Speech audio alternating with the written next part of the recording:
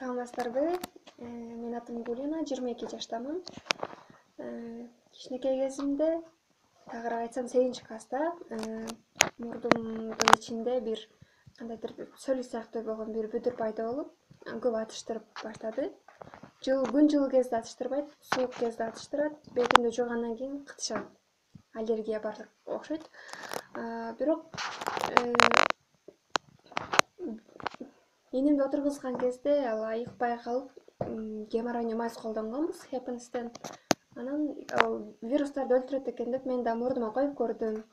Ошол учурда атышаткан, кытышаткан, оорусум басчы.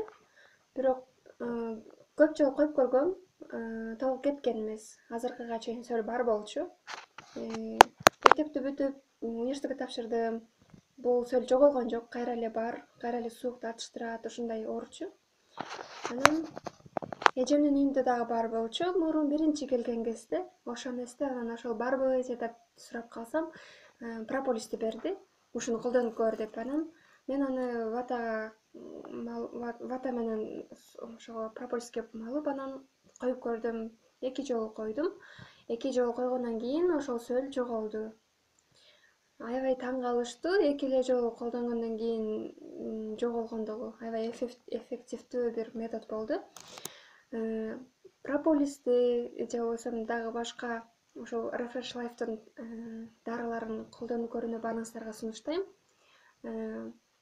Чын эле анткени табигый чөптөрдөн, табигый жаныбарлардын майынан жасалган Кыргызстандын табигый дарылары кыргызстандыктар үчүн сөзсүз жарайт.